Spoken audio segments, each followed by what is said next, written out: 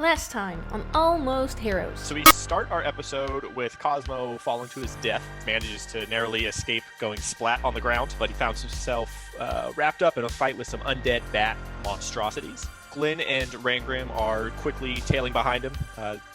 When they catch up, turns out the bats were targeting specifically and almost only Cosmo, but the boys quickly dispatched him as expected. Once the bats were dispatched, the guys need to set up camp. In the middle of the night during Cosmo's watch, the group's visited by a bounty hunter or a messenger named Zephyr. He's kind of this western southern gentleman. He had a belt array of wands that definitely didn't look like they belonged to him. Through some conversation, Zephyr alludes to a large bounty for 2 members of the gang, 2 of the 3. And after some tense conversation between Zephyr and Cosmo and Rangrim, Glynn pulls Zephyr aside to discuss the potential partnership between Zephyr and his patron, the Baron. The Baron is known for kind of being the head of the seedy underbelly of all that is Goldbreak. And I would ultimately say Sakal, I believe. After committing to seeing the Baron at a later date by Glynn, Zephyr disappears literally into his own smoke. As the next day unfolded, the group kind of woke up feeling well rested, and they headed their way to Rockdale, the nearest city. As they were heading down the path, they came across what appeared to be a fancy carriage that was being swallowed up by the ground itself by some sort of clay monster coming out of the earth. And that's where we left off. Awesome. Thank you very much, PK. That brings us to episode 37, Clay Fighters.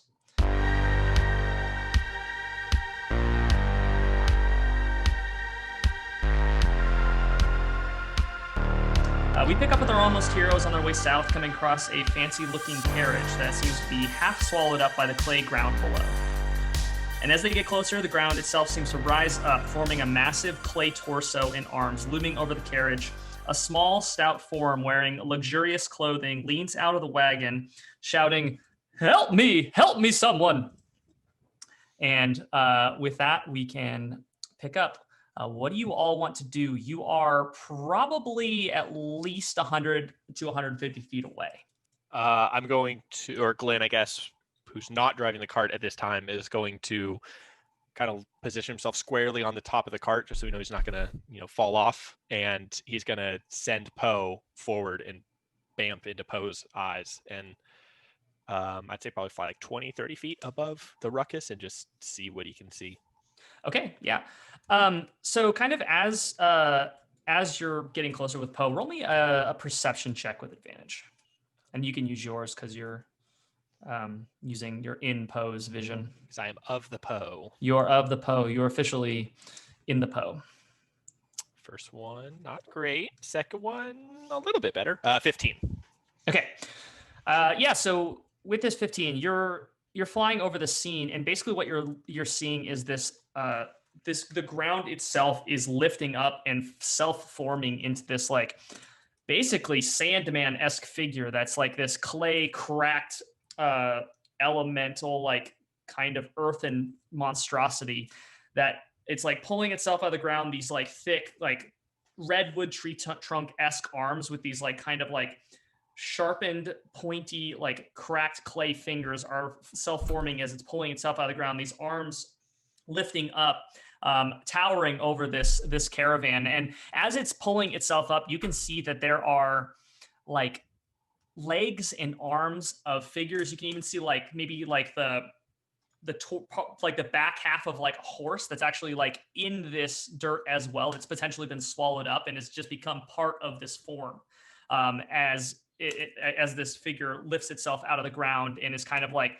towering over this carriage below. And as this is happening, that's kind of what you're seeing from Poe. Can Poe identify, how do I want to phrase this? I guess more because Glynn would be inside Poe's eyes. Can I tell if this is a magic like golem, or is this a like earthen beast? Like, does it look like naturally forming by something else, or does it look like someone's controlling it? Roll me an Arcana check. Oh god. It's not bad. 13 plus 3, 16. Okay. I will say that you know the difference between like, you can kind of like from your studies and knowledge, and just from your past experiences, you can kind of generally understand the differences between like a golem and an elemental. That's the question I meant to say. Yeah, you're getting like it's a little it's difficult for you to tell, but you just the way that it's kind of moving, you're getting like a little bit more golem vibes from this thing, and that might just be a hunch, but that's kind of where you're at right now. Okay. I'll let the guys go before I blink back in case they want to do anything. But yeah, I'm curious how you all want to, if you all are looking to approach the situation, or it does seem like this thing lifting itself out of the ground, its focus and its attention does seem to be getting drawn to the small gnome who is sticking its head out the window and yelling. Cosmo would, as we approach, so we were about 150 feet. Cosmo would probably get out of the cart and start to move up, and it's just, well, are you alone in there? Okay, you're yelling to the gnome. So the gnome, I mean, you're yelling over a pretty good distance, but the gnome who is like not paying attention to like the big thing that's kind of Didn't towering he yell, above help us? Yeah, he's just yelling generally help. Oh, okay. Just like to anyone that's around. So they kind of hear your cry over this distance, and like they kind of seem to like, they don't even see this thing self-forming above them, and they're like looking out at you. They're kind of like, their eyes lock on you, and they're like, oh my god, yes, I am. I had companions, but they seem to be well, they're not here anymore, so help. Right, well then, let's get you out of there. And Cosmo is going to kind of look at the ground in front of him, and I don't really know, like, so let's say Cosmo moves up to about like 40 feet from the cart, and he is kind of like just observing the ground, realizing that this ground seems to be alive of some form. He doesn't understand why, and he's trying to get a feel for if he can tell how much of the ground is alive, I guess. Like, you know what I mean? Right. So roll me a perception check. Sure. Cosmo's going to actually pick up a rock, and noticing that the cart is sinking, he's just going to kind of skim a rock across the dirt. Okay. And well, we'll see how well. You said perception? Yeah. A 12. Okay.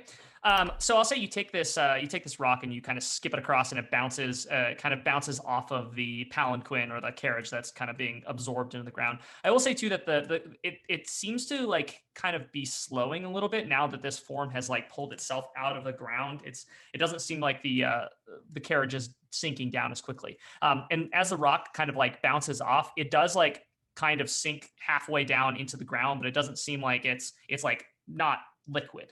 It seems like there's a little bit more surface tension than that. Do I get a sense of like where the sinking begins? Yeah, I'll say that you probably get a feeling that I mean, if you, probably a good 10 feet around the cart, it seems to be, and around this figure, it seems like you can see that the ground is like, it almost looks like sand and has like a slight shifting quality to it, like maybe 5 to 10 feet around the cart. Okay. Then Cosmo will probably move up another 20 feet. Okay. And as he like moves up, he is reaching for his rope like in his pouch, and is going to try and see if he's got those good fishing skills still. Okay. And just for my knowledge, is anyone else moving up? I mean, Rangrim, we'd still be in the cart, Glynn and Rangrim at this point. Right. Technically, yes, you would be off this map in the cart still. If Cosmo had run up, we would have, if I were driving, we would have followed behind him at a pretty steady clip. I imagine he was putting those dwarf legs to good use, natural sprinters, those dwarves. Of course. So we would have at least followed up behind him, but I wouldn't have taken any direct action behind, just following behind for Cosmo just yet. Okay, did you say Rangrim was driving the cart, or no? Yes. Okay. Okay. So yeah, so if you all are kind of staying in that area, keeping your distance still, like, you know, with the cart there, then we can let Cosmo do his thing that he wants to do. So the only thing that Glynn would have stayed on top of the cart, and with Poe, he would have taken another pass and Okay. looked to see if there's any anything besides this going on. Considering Glynn did well on his Arcana and thinks this might not be the most natural occurrence, he's going to start looking see if there's like another entity around besides these two. Okay. Yeah. Roll me another perception check. Perception. Ooh, that's much better. 18 plus 6, 24. Okay. With your 24, Poe's flying around and kind of like off on one of these ridges behind some rocks. Poe, like, you see like a slight, like almost like a slight shimmer. But that's you just get a slight shimmer, like almost like a heat haze in the air in this one area, kind of behind this rock right here. Sorry, right where was it? Right where? Right Okay.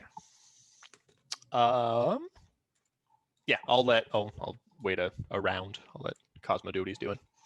All right, Cosmo, let's go fishing. Yeah, so Cosmo, he kind of drops his bag on the ground, grabs his road out, and he's just like, well, let's get you out of there, little fella. And he's gonna like try and tie kind of like a lasso, I suppose, on this one, and swing it onto him. So roll me a sleight of hand. Really hope you don't just make a noose and kill this guy. Isn't a noose aren't they the same? Yeah, that's what I'm saying. It's like I hope he grabs the rope and the rope doesn't grab him. Great. Sleight of hand. Sleight of hand, 10. Okay, so so then combined with that, roll me an athletics check. Oh, sure. Okay. Athletics. Hey, great. Athletics is 21. Okay, so with with your kind of middling sleight of hand there, what I'm going to say is you tie this knot. You're doing this pretty quickly. You're like, okay, whatever, throwing it together. You are able to lasso this thing, and the gnome who is like sticking their arms at the window, it grabs them right around the middle with their arms up, and with a sound of surprise, you yank them backwards out this window. Whereas the rope, as you pull it taut, comes undone, and it pulls them out of the window. The rope comes untied. They fall kind of into the sand, and then you see them kind of slowly start to like sink down into it, just outside of the window of the cart. They are now screaming in absolute abject horror as this is happening. But they are right on the edge of what seems to be the kind of like unstable ground. So what do you want to do? Oh, well, sorry about that. It's not me best snot. It was a little bit of a rush. Let's get this going again. Are you trying to lasso them, or are you going to pull them out?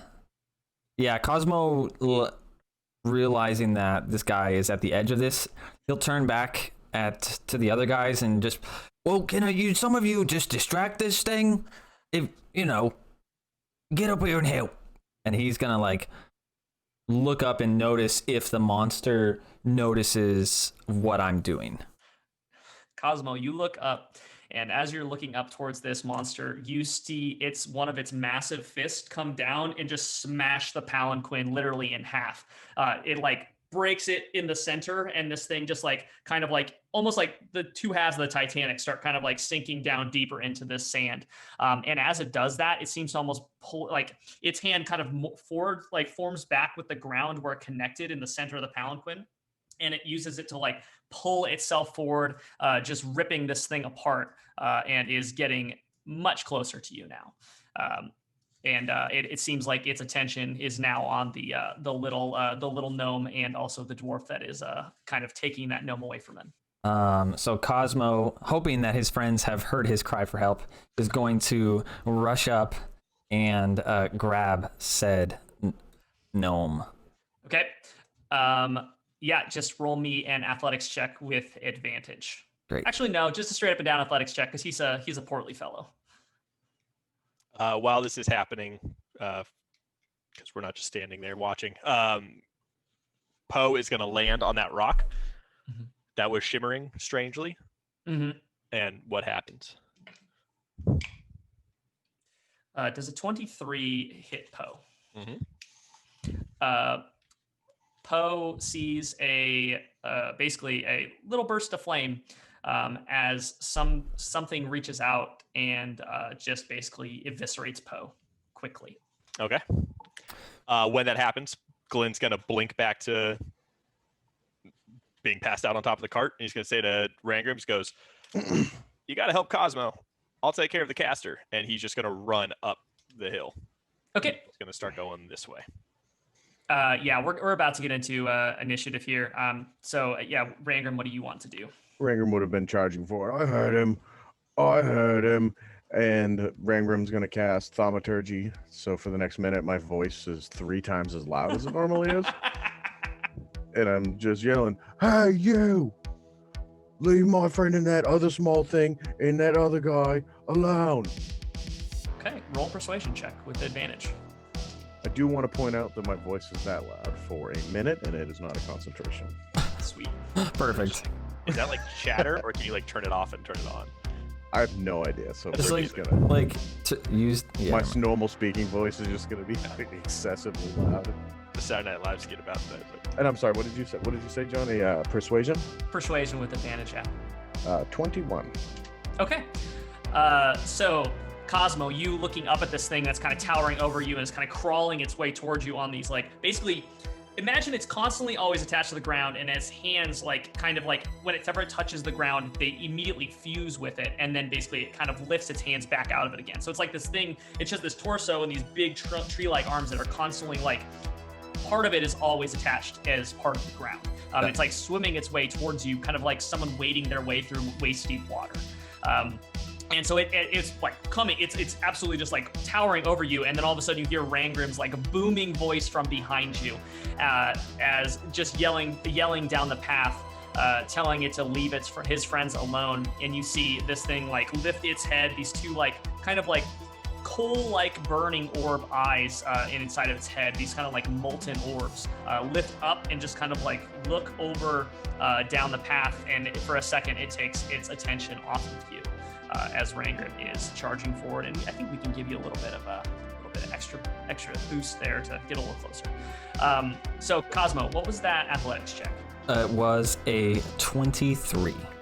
Sweet. So with that, I'll say that you can move up to your full speed in a direction, wherever direction you would like to go. Generally, the direction away from said beastie. And because of Rangrim's, persuasion check, I will say that you do not get an attack of opportunity from this thing. Huh? What? Well, you were technically moving out of its range, so it would have gotten. Oh, I'm in its range. Oh, okay. But because Rangrim distracted it, you are clear. I see. I pulling the gnome creature with me? I assume you have hoisted this gnome, this fancy boy gnome this fancy gnome onto your shoulders and are just hoofing away with him. Yes. So we'll go. Full distance 25 would be here. And I can't grab the gnome friend. That's fine. I'll take the gnome. Thanks. There you go. And Cosmo just kind of like sets him next to a tree and just says, try to stay out of trouble. We'll deal with said beastie. Yes, I don't have anywhere else to be. Great. Well, my name's Cosmo if you need anything. Otherwise, just stay out of trouble. And then, you can call me Baldor, but it's not going to matter if I don't live to see another day. Well, let's hope you do there, Baldor. I love how calm Cosmo is. He's like a stewardess. Like, please just follow the exit lights to the... He's used to it. The plane's coming down. He's like, please keep going. You are disturbingly calm, young man. Thanks. I think that we can roll into initiative with this. Let us. Screen shatters, battle music starts. I did it! Nat 20. What'd you do? Oh, nice. Yeah. For a total of what? 21. I still beat you at the 22. 21. 21? Overall bingo. 21? Yeah. I got 22. This guy rolled like butts. Got a 1. 13. You got a 1 with a -1. He doesn't get to go. He's done. He just hangs out the whole time. Stays there. Paralyzed. Okay, Glynn, start us off. Okay. So it's this is the shimmering rock. It would be the Shimmering Rock right next to where Poe was. Yes, exactly. Okay. So Glynn's gonna take his bonus action and dash and take his full movement plus his bonus action to dash, which will get me 60 feet, which would get me The whole way there? here. And Glynn is going to Nice. just chop through the rock, just knowing that it's glimmered once and there's something in it. He's just going to swing through. So actually, the glimmering, the shimmering was actually behind the rock. There was it's like a heat haze behind of the rock in empty Oh, just air. emptying behind it. Yes. Okay, I thought it was the actual rock that was glimmering. No, sorry. When you get over there too, roll me a perception check. Oh, I definitely would not. Okay, whatever. I'll say it. No, yeah. If you want to change it, change it up. Nope. I said it. Perception check. What? 12. Okay. Glynn, you get over there, just kind of hoofing it across this space, expecting to see that glimmer behind the rock. You do not see it, and you don't see it around you currently, which probably scares the ever-living crap out of you. I don't see around me. What does you that don't mean? you don't see any glimmer, you don't see that heat haze form or that heat haze near you at all. You get behind this rock exactly where Poe was when he got killed, and you just don't see it. Then on my person, I'm going to remember the studying that I had done from that small mage's book, and on my person, I'm going to cast darkness. Oh, rad. So okay. 15-foot circle, or I'm going to say it originates from me, is just pure black. Well, it's just complete darkness. Magical darkness spreads from a point you choose, then range fill 15 foot, blah, blah, blah.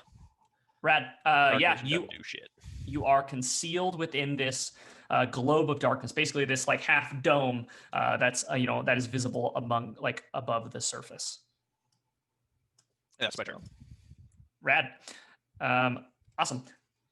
Cosmo, what are you doing? Oh, so Cosmo, seeing as what is the beast, the beast, the thing is focused on Rangrim. Currently, yes, it is focused on Rangrim. Okay. Okay, I have an idea. Is there obviously across the road? I'm seeing on the map that there is a rock there just across the way. Mm-hmm. I'm looking for something to put try this lasso thing again on, and maybe make a tripwire. Okay. And so as this thing is trying to approach Rangrim, I want to trip it. So I want to be able to throw it across the road and hook something. Okay. Yeah, so you have a tree near you, so you can tie it off if you need to. So roll me a... Oh, that's true. Yeah, roll me a... I'll actually gonna change that. I'm actually just gonna tie this knot around this tree near me, and I'm gonna run across. That's better than you having to do another sleight of hand Yes, check, 'cause I don't please. think you're very strong in the dex category. No, I do have a +1, but that's 1 in 20 that I actually do anything decent with it. Mm-hmm. I have more than a +1 in just real life with sleight of hand. Indeed. Okay. So what do you need from me then? Nothing. It's just all movement. So I guess just a sleight of hand with advantage for tying the knot. I think Around that's the tree. biggest thing. Yeah. Okay. All right. Sick. Okay. Sleight of hand, gentleman's 20. Okay. That is absolutely adequate. So you're able to tie it around the tree very quickly and then run over to this rock and tie it off to the other side. That's just going to use the movement. I'm not going to take your actual action from you for doing that. Okay.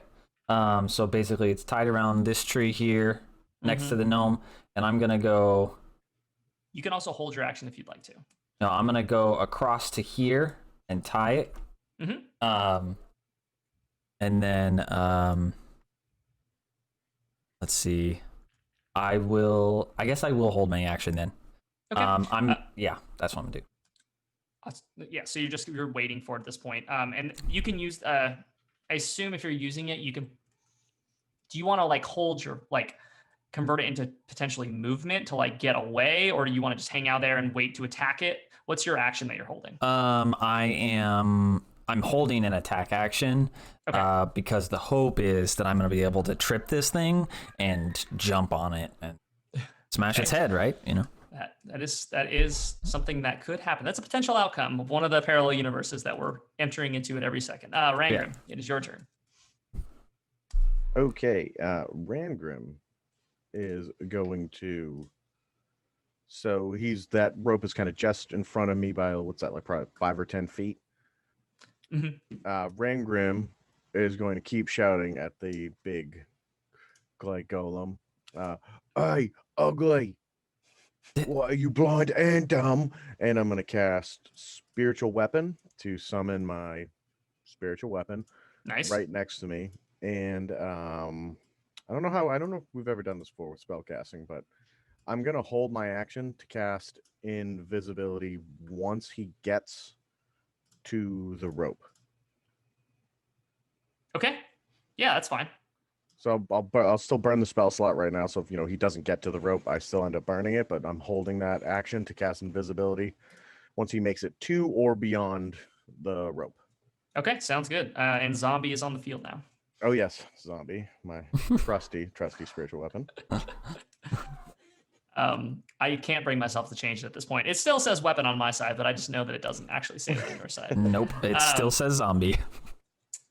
So, all right. So this clay golem, who has its hand still in the center of this destroyed palanquin, just like absolutely just starts crawling its way towards you, these tree trunk like arms forming with the ground as it does. And you can see that every time it touches the ground around it does that rippling, and it like seems to change from being this like normal like hardened clay path to being like almost like a more fluid kind of Newtonian like fluid kind of material. Think GAC from the from the 90s kind of situation.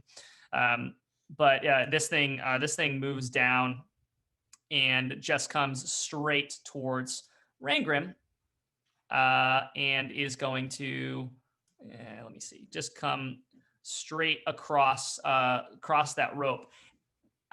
So as it does, what happens is this thing, like, kind of with its form being like part of the ground itself and its arms being part of the ground itself, as it passes through, it has one arm out of the ground and one of them is like basically keeping itself like kind of stabilized while it's moving its other hand forward. So one hand is actually in the ground sliding forward, the other one's kind of lifting to move forward.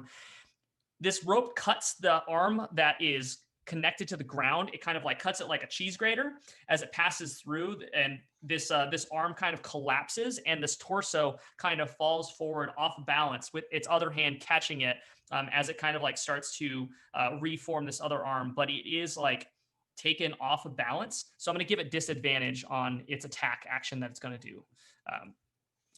So and the first room is now invisible. Okay, and Rangrim is now invisible. Rangrim, I'm definitely going to give it a super disadvantage on this, but one of the things that's going to happen is its torso is falling towards you forward, and it's going to do an inadvertent slam attack on you with disadvantage. Yeah, that's what happens when we trip huge things towards the short guy. That is a, it's not even going to get close to you, honestly. Nice. Yeah, it is. Oh, yeah, no, it's a 14 to hit. This thing falls forward and you're able to like kind of like, whoa, just out of the, like kind of like step back just a little bit as this body slams to the ground, and then it's able to kind of like lift itself back up onto one of its arms while it's trying to reform the other one. And as that's happening, it sees you disappear. It kind of looks over to the side, sees Kazmo. Sweet. So it is going to attack Kazmo with disadvantage. And then pending that, I have also held my attack action. Okay. Yeah, so it it does not. I don't think it hits you. That's an 18. No. Mm-mm. it takes its arm and just kind of like lifts it out of the ground and slams it into the side of this mountain. And as it does so, you see this kind of like softened clay kind of like explode and like shower down around you from this clay arm, and kind of like rocks and pieces of like softened clay kind of fall down onto you and kind of make this dust cloud. But aside from that, your vision being a little bit obscured, this thing did not hit you. So that's going to bring us to the top of the round with Glynn. Sweet. So I'm in a giant orb of darkness.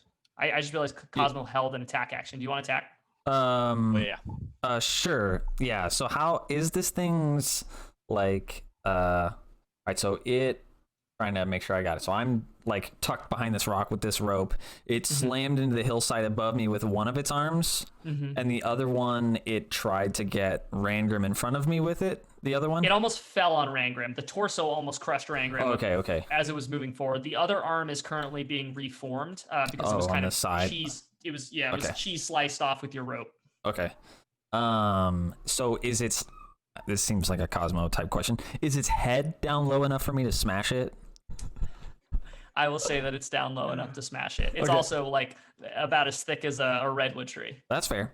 That's quote that. Is its head down low enough for me to smash it? I mean, and if we play Who Said That? It's true. Yes. We'll put that in the easy category. Remain Cosmo. We're gonna do this. I don't know why that command didn't work, but whatever. Anyways, we're gonna smash. That feels good.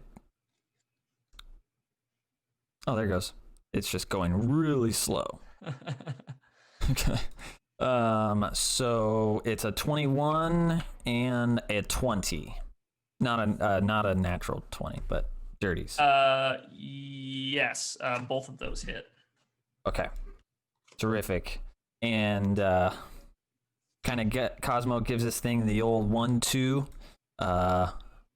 with his war pick. He's definitely using the sharp pick side to like cut into this thing's face, and does it for 11 and 6, so 17 damage he does. Okay. So you dig this this pickaxe into this thing's head, and like it's almost like your car, like it literally is like you're mining, like you're digging away into this, like kind of like around its head in particular, and like towards the end of its arms, you can see that it has the ability to like harden parts of its body. And so like as it's moving, it softens, but then as like the more static elements of this form like will harden and like get like a crust to them almost. And so you're like pickaxing through this like kind of like off white, like off brown, like kind of tannish clay and the side of its head. And as you're like picking it away, you can see that like the more of the soft clay will like form back into that spot, kind of refilling those spaces that you chipped away. Great. Well, that is the end of my attack action, and we can move on to Glynn. Glynn, it is actually your turn now. Terrific. Thanks, Glynn. Thanks, Glynn. No worries. I'm glad you held your action. Someone did something. Okay, so I'm in this giant dark orb, kind of having a loose bearing of where I was previously. I'm going to, not with vision, but using my clockwork earwig, I'm going to take a bonus action to activate it and do an auditory perception check to see if I can hear the thing that was causing the shimmering haze near me. Okay. Yes. So I will say that, roll me a perception check with advantage. I do get sweet. Definitely glad I used that advantage. I guess it would have technically been just straight up and down roll because there's disadvantage. But if you're doing just odd, I'm intentionally not even obeying my eyes. I'm just like eyes closed, Daredevil style. 24. I got a 9 and a natural 18. Okay. You hear movement. It's hard to discern from where. You would probably guess kind of like to the north of you a little bit, if we were looking compass rose style with this map, kind of to the north. But the it would be difficult you would be attacking with disadvantage in the darkness, but you can tell that there is some sort of movement in this this orb of darkness with you. Okay, and I would have been able to like kind of feel the rocks next to me, so I would Mhm. like use that as a push off point as a reference almost. And Yep. yeah, I'm gonna move like 10 feet and just take a really wide arcing swipe and see if I catch purchase of anything. To my north. I'm just gonna go the way I heard. So yeah, I'm gonna move just a little bit forward and just take like a super wide swing. Okay, awesome.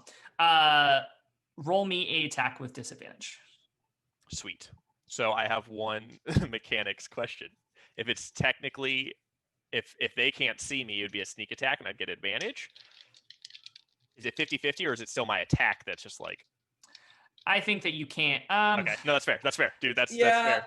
Because I'm shooting blind, but I'm going it off my perception check. So I'll go disadvantage. Wow, it's a 19 and an 11 plus 11 plus 9, so a dirty 20. Okay. I will say man. this. You catch something. You feel this blade sink into something, and you hear like a pretty loud like cry of pain that sounds almost like a growl. And then you just like your spidey sense goes off, your magic sense starts tingling. I need you to make a dexterity saving throw with disadvantage. Yikes. That was bad, but I'm gonna give the disadvantage. 11 total. Glynn, you are blasted with like your body just feels like it's on fire, and you are hit with these kind of like hellish flames that just like engulf your body for a second. And I need you to scoop up just like a little bit of damage for me. So mine would have been sneak attack though, right? Because there's no way that he saw me coming. Wouldn't that be a sneak attack? For sure, yeah, you would get your sneak attack damage. So sweet.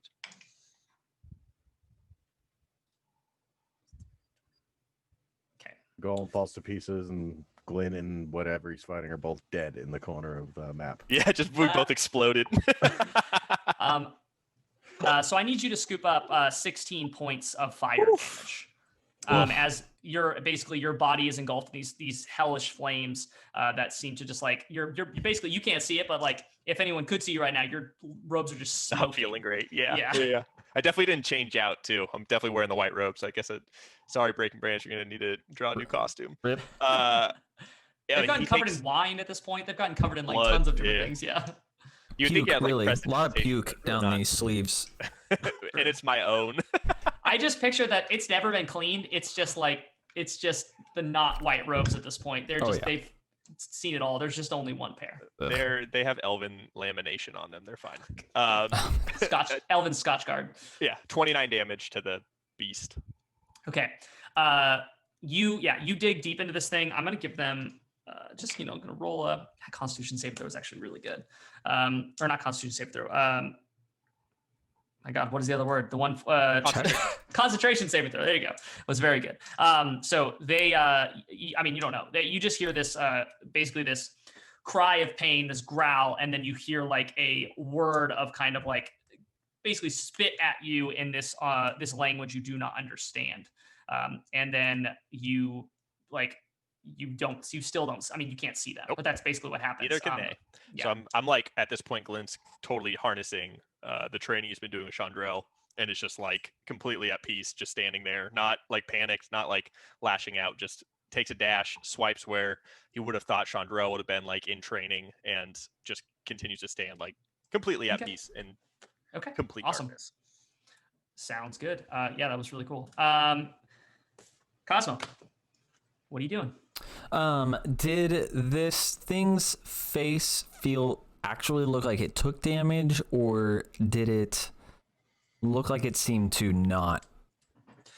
I will say that I don't know if you've ever fought some sort of elemental or like clay creature before, or any kind of earthen monstrosity before, but I will say from your knowledge of like the dwarves harnessing earthen elementals and things of that sort, you would know that the magic itself that binds them together can be damaged, whether or not this creature itself feels the damage. But like you do know that like your weapon should likely be doing damage based on the fact that like you know that it does magical damage. Got it. Okay. All right. Okay. Just based on your history with the dwarven culture. Okay. All right. Sweet. Then he is going to. I think he's just kind of locked in combat. He's really the only thing within any amount of range for, because Rangrim's invisible still. And so he's just going to take advantage of this thing being half downed, and he's going to use his bonus action to Hunter's Mark and really hone in on this thing. Do some damage. That's not going to hit. Also not going to hit. Whiffing it. They were 8s, so I'm going to... I rolled 2 2s back to back, so... Great. Yeah, so I'll... Does Hunter's Mark give me anything to plus hit? I don't remember now. I think it's just to your damage. Yeah, no, it's just damage. I was like, I haven't used Hunter's Mark in a long time, so I was like, maybe. No, yeah. So I get nope. That's it. So you just whipped it? I whiffed it. Okay. I'll say that what happens is you're kind of attacking this thing, and like it takes those 2 hits from you and then starts lifting its head back up, and kind of you're trying to like jump and get these attacks on it as it's lifting itself away from you, and you're basically unable to reach it as it kind of like moves out of range. Its head now like lifted back up to its like full height, which is probably a good like 10 feet, like 15 feet probably above the ground. Got it. Okay. Are you moving at all? I'd have to disengage, right? Or he would get an attack of opportunity on me, right? Yeah, so if you move, you're going to get attacked. Okay. Yeah, no, he's not doing anything. He's just kind of like watching this thing, and he's just like, uh-oh. And he just kind of like steps back and braces for... That's probably a good call. Rangrim. Question. Probably not really going to change what I'm going to do, but I just want to know anyways, would I need to disengage, seeing as I never really engaged it aside from shouting at it, and I'm invisible? Yeah, you're not the target currently. Okay. So I can still speak. I just can't cast a spell or make an attack myself. But bonus action, I can still smash him in the forehead with my spiritual weapon. Okay. As I use my full action to dash towards Glynn. Okay. So I would kind of go from here, and I wouldn't go into the magical darkness. I'd go like just outside it. So 40 feet would actually put me right there. Kind of put myself between the darkness, the huge beast, and Glynn. Because okay. Recognizing the darkness, I think Rangrim would have just shot over there, knowing that that wasn't right. So I'm hitting the giant golem in the face with my spiritual weapon as my bonus action. Full action dashing over there, and as part of my bonus action, after I hit him with the hammer, whether it hits or misses, it's going to like float backwards, like taunting him, like floating in front of his face, kind of like listing backwards as if to keep him going that way.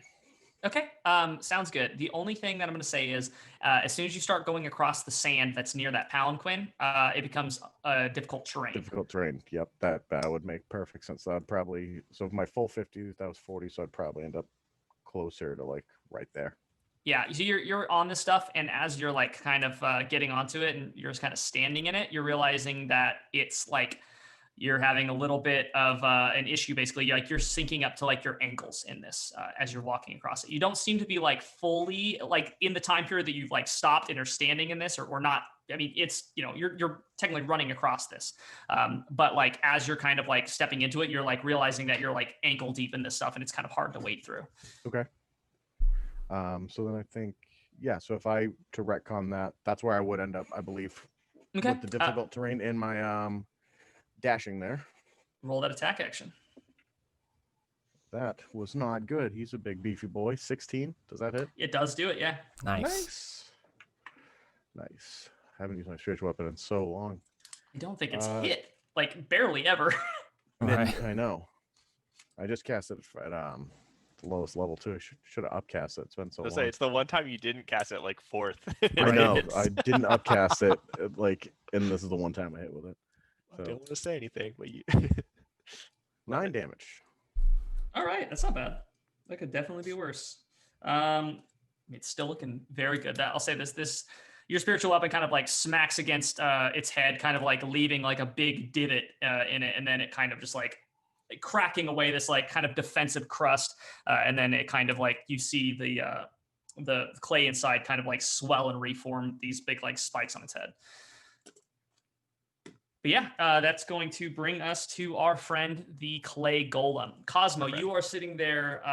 You're bracing against this rock. You're finding yourself very alone fighting this creature. That is going to be the first attack is going to be a 20, a dirty 20. Dirty 20, that hits. Okay. And that is going to be a 17 for the second one. Nay, no. Okay. So this one, it brings, so you're sitting there bracing, and it kind of like is reformed its other hand now and is able to kind of use it to brace itself as it lifts up the hand that's near you and did do a just big fist, and you just like, uh-oh, and its hand comes straight down on you, like directly from above, just smashing into you with this slam attack. I need for you to roll me a Constitution saving throw. Oh yeah. I'm good at those. Oh yeah. All of the things. How does a 27 do for you? It does do. You're really happy. You should be really happy that you did that, because there's a pretty nasty ability that goes along with that. So that's going to be 17 damage from this hand coming down on you. And basically, like, it hits you and smashes you against this rock, and then kind of like the hand like kind of bursts apart, and like it like lifts itself back up and reforms into this like kind of spiky fist. You said 17? 17 damage. Okay. Okay. Perfect. And that is it for the golem's turn. It's basically just focusing all its attention onto you, Cosmo. Okay. Lucky you. Terrific. And that is going to bring us back to Glynn. So giant dark orb. Don't really know what's around me. It just caught on fire, right? I took a fat chunk of fire damage. You did, yeah. You took some hellish rebuke damage. Okay. Like as I smell like my robe burning, just kind of like mumble under my breath, like, all right, Chandrell, now's the time to do it. Let's go. And I just take another blind swipe, hoping that Chandrell's gonna guide me in some way. I don't really think it's an actual thing. I'm gonna say you can roll this one. Roll this one straight up and down. You feel this. You feel your double-bladed scimitar kind of like warm in your hand, and you kind of like recall those trainings with Chandrell where you were closing your eyes, like putting the blindfold on, and like you feel like her guidance, in you. So like you can swing with regular. Perfect. I'm gonna use my bonus action, steady aim, for an RP mechanic for that to make sense. So basically what happens is I can't, if I use it as my bonus action, I get advantage on the next attack, which would give us even, right? But I lose my movement speed. So like training, I'm like sitting in the circle that I would like normally pray in, and because of it, I just take one focused attack versus flailing all willy-nilly. Right. +9, please hit, dear God. 22. 22. So I'm really sorry about this. Fuck. You swing into the same place that you just remembered them being. Like, you knew exactly where they were. And you don't hit anything. You feel confidently, though, if they had been there, that you would have hit them. I would have fucked them up. But they are no longer there. You don't know whether it's a magical reason why they're not there or whether they just stepped backwards, but they are no longer within that range. Okay, so one thing I forgot to do was do a concentration check on darkness, which would have dropped it at the start of my turn. Okay. Because of the hellish rebuke. Okay. I'm not gonna. Yeah, definitely did not save on that. I'm not gonna retcon the attack. I'm happy to take Okay. Let's say that darkness blinked away as I swung through.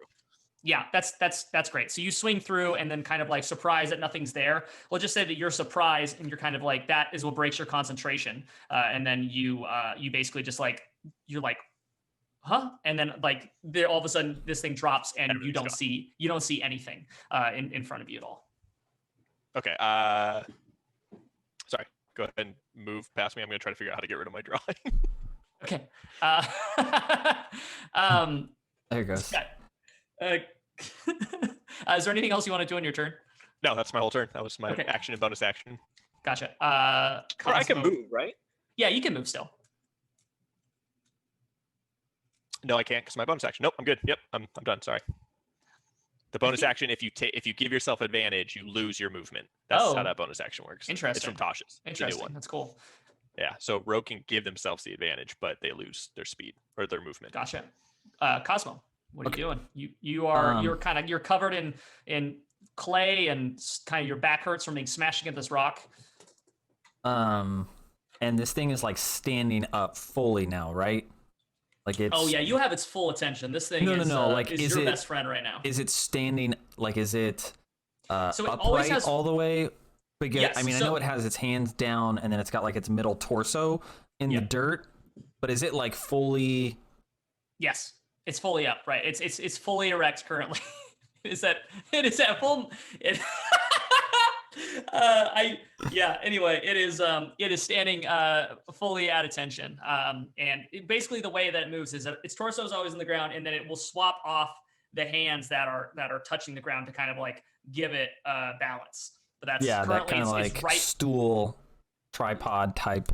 Exactly. So its right hand right now is currently in the ground, and its left hand is the one that it's picking up and trying to punch you with. Okay, so it's right hand. Okay. Cosmo, realizing that this thing needs to come down, he's going to undo this rope. And I don't know, can I move around something without triggering an attack action as long as they stay within its melee range? Is that a thing or no? Yes, I think you can. Technically, yes, I think you can. As long as you don't move out of its range, then you trigger its attack roll. You trigger when I leave. Okay. So I am going to is the rope. Yeah, okay. I think what I'm gonna try and do is the rope in a position where it's like I can swing it through the right hand and the torso. Like I basically want to undo this rope, and I'm gonna like try and You're trying to AT-AT it right now. I'm trying to AT-AT this thing, but I need to get its leg and its torso. So I'll say this: its right hand is on the right side of the rope, and its torso is on the left hand side of the rope currently. So you can go one way or the other way. Okay. Okay. I will. I'm gonna go towards. I'm gonna go to the right, or to get his hand. The arm. Okay, go for it. Yeah. So you. Where are you moving to, Cosmo? I think it would be got it. towards the spiritual weapon. Okay. Yeah. Right. Yeah, I'll just so it'd be like this. Yeah. It's kind of how like that. And you were able to pull it kind of. You were able to pull this thing through its arm. So roll me a strength. I'll just do an athletics check. Oh, it's sick. 23. Okay. You're able to. You kind of just hoof it to the side here, just pulling this rope over your shoulder and just kind of like running through, and you feel it kind of have a little bit of resistance as it's kind of like hitting the crackled, kind of like hardened part of this arm, and then you feel it break through, and then you feel you just kind of hear the torso of this creature kind of fall forward with like this groan and cracking of this like clay carapace, and it kind of lands on its left hand arm now, holding itself up as you've completely like severed that right hand arm at the like wrist, I guess. And that clay kind of falls back into the ground, and like the ground's kind of like rippling a little bit as it's wherever it's touching, and then it kind of like picks that arm up again and is trying to like reform it, but it's just like a soft kind of like dripping clay. I think because its head doesn't sound like its head dipped down. It did. It did. Its head is back down again, closer to the ground, probably like 5 feet above the ground. Okay. So then I'm going to, as it does this, I'll drop the rope and go in to smash its face again. Go for it, yeah. So I already pre-rolled those attacks. It was a 15 and a 19 to hit. Nice. And Yeah, and then I'll give it disadvantage on the attacks next time. So 15 and 19. Yeah, both those hit. Okay. Terrific. Okay. See, so then that'll be 3. Sorry, doing some quick math. 9.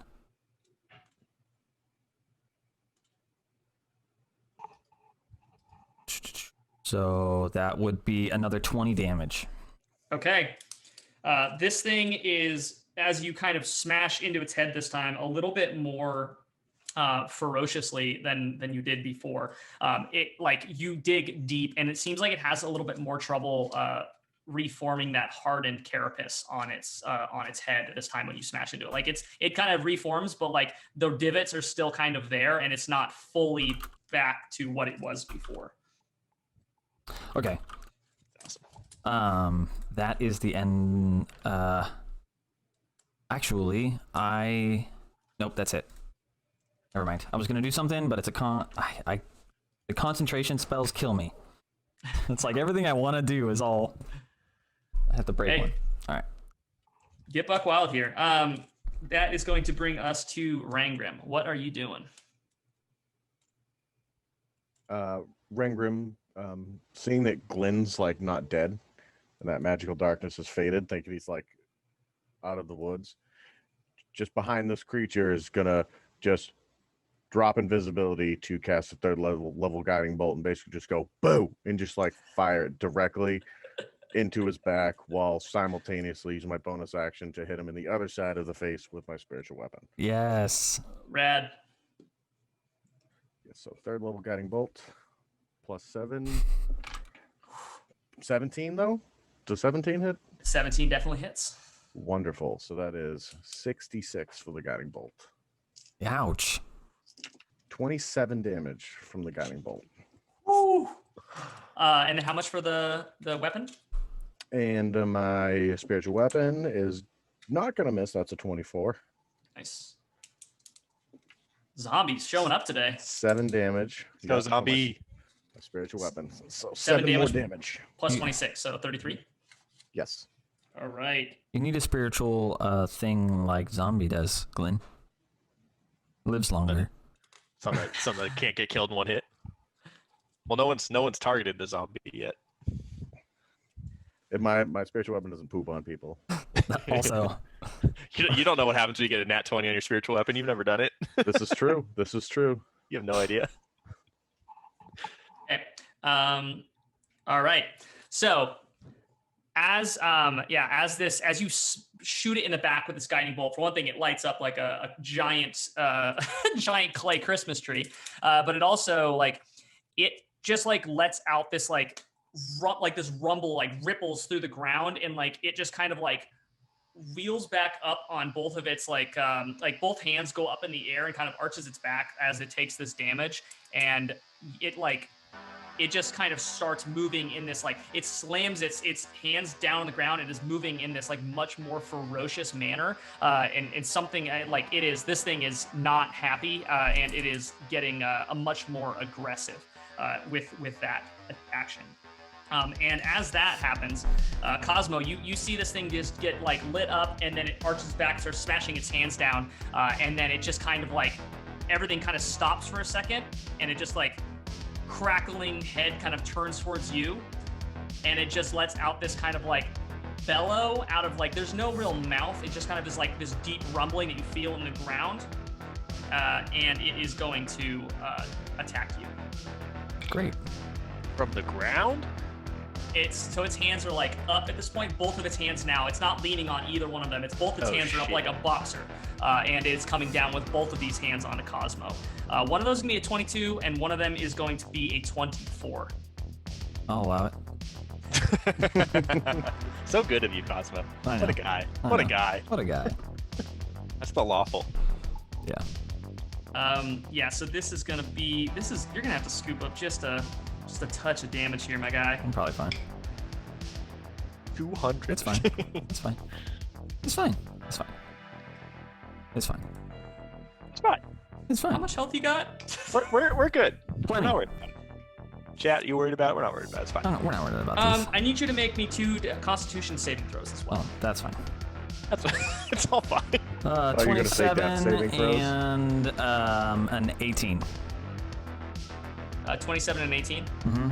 Okay, you make both of those, but you also take 32 damage as this thing smashes down on you. It just basically like you both see this thing raise up and just start freaking out, and then it basically just takes both of its hands and just smashes down on you, Kingpin style. Like you just the world like comes crashing down on you, and it like this wave of like hardened clay just kind of like bashes you into the ground, and you're able to like you go down to one knee, but you're able to kind of keep your composure, and this like wave of clay kind of breaks around you as its hands kind of like then kind of spread and lift back up into this kind of like boxer pose, fully still targeted onto you, Cosmo. Cool. And that is going to bring us to Glynn. Damn it. Badass. So Glynn drops the dark sphere, and out of the corner of his eye sees this happen. Just sees Cosmo stand in the sand, very inspired. He is going to just keep hunting. I mean, I don't know if you want me to do a perception check. Yes. Yeah, roll me a perception check. Okay. Do I still get advantage from my earwig? Yes. Okay. Well, it depends. If you want it to be audio, otherwise I'm not going to be able to give you any kind of visual cues. Yeah, I would be. I guess I would go visual. Yeah, I would go visual for the sake of. Well, if I perceive it auditorially, and I like look in that direction, would I be able to see it, or is it like I have to do a visual check or an audio check? Yeah. Okay, then I'll do visual. Okay. I mean, you don't have to do like visual. Like if you just do a regular non-advantage roll, you're basically getting the full normal perception. Sure. But sure, if you sure. do like you have advantage if you just do audio, like fully audio. Got it. And just ignore vision. That makes sense. 13 plus 6, 19. No, that's really good. You see a very obvious blood trail that is leading away. It's really strange though. It kind of like moves away a little bit and then it disappears. And then it kind of like you with your 19, you can see that it reappears maybe a good 10 feet from that spot. And it seems to be kind of like bamfing around. Like you can see it show up in a couple different spots around, getting further away though. Okay, and so that perception check, is that an action, free action, or bonus action? Oh, that's a free action. Okay, I just want to know what I can still do. All right, then seeing kind of this like dripping and bamfing source, I'm going to move towards it. So which okay. I don't know if you mentioned. So it's we're going off the map here for you because they're probably a good 50 to 60 feet north at this point. Off they made it that far. Okay. I mean, I'm still gonna make chase, but sorry, I didn't know they made it that far. Oh yeah, if they're teleporting, that tracks. Okay, sorry. I am going to. I'm going to close the distance, I guess. Yeah, I'm happy to go off the map. I'm going to just bonus action dash and try to close the gap and swing where I would kind of anticipate that blood trail being. Okay, sounds good. Sounds good. So, we're just going to kind of take Glynn off the map there. So if you're heading, so you're basically burning your bonus action to dash then to be able to close the 60-foot distance. Yes. Yeah. Okay. When you get to the end of this blood trail and you can see that like it ends again, but you can see that you're at the end of the blood trail. Roll me an Arcana check, and then I'm not going to make this take up any like your action or anything like that because you still have your action left at this point. A 7. 7, yeah. Understanding teleportation magic, you know that there are ones that allow people to travel into the ethereal plane, and so you potentially could be guessing that this person is. They can probably see you, but they could potentially be in another plane of existence currently, using it to move, kind of slightly like limited teleport around to move quicker. Sure. Okay. I don't sense like a presence in front of me though. I just assume that like it might not be where it is. Yeah, I'll say that. Yeah, I'll say that with your perception check of 19, I would have given you whether or not you saw like the heat haze figure. But currently, right now, the only thing you can guess is that they could potentially be in another plane. Okay. Then I'm going to stop at the end of that and recognize that. I'm going to hold a bonus action. I'm going to Just hold your action. sheath my double-bladed scimitar. No, I'm going to hold an attack action with my longbow. And if I see it apparate back onto this plane within 150 feet of me, I'm going to take a shot. Okay, sounds good. We will definitely get back to that. Cosmo, it is your turn. You are, I assume, hurting. Are you bloodied at this point? Just barely, but yes, I'm getting into that, right? And so Cosmo takes this big hit, and you see him just like cough up this like spat of blood on the dirt, and he's just like wipes it off, and he's just like, right, well, this is how we are, is it? And he looks up at this thing who's like boxer stance in the sky, and you just see the like the crackle of lightning off of his war pick, and he's actually going to misty step up onto this thing's shoulder, and he's going to just like smash into this thing's head with 2 divine smites. And I already rolled all my damage, truthful, because I knew we were there, but I do 30. Did you hit them? It was a 25 and a 23. Okay, I think those definitely hit. So Okay. yeah, what was the damage? It was 35 points of damage. Very nice. So you misty step onto this thing's shoulders, just teleporting up there, which is like disappearing, reappearing on shoulders, and just kind of like bring these divine kind of crackling lightning smites down onto this thing's head, just like basically trying to excavate this thing's kind of like hardened carapace of clay on its skull, like wherever its head is. And you dig this thing deep into there, like just basically digging this big pit out in the center of its head area. And like it is having a hard time reforming at this point. Like you can see just like this kind of like moving, shifting, soft clay beneath this, like where you've cracked through this hardened carapace. What was the damage again? It was 36 damage. 36, okay. Okay. Awesome. Amazing. Great. Rangrim, what are you doing? Does this thing look like it's hurt? Yeah. It looks, yes, it's definitely bloodied at this point. It's having a really hard time. Its head is like malformed, and you can see that like it's though it's like moving still like very quickly, it's having a super hard time with reforming its armor. Okay. So with that being, is Cosmo still like on top of it? Yeah. Yes. He's on its head or its shoulders. Okay. Knees and toes. I was waiting for somebody to. So Rangrim is. I'm just gonna go right back to the same thing.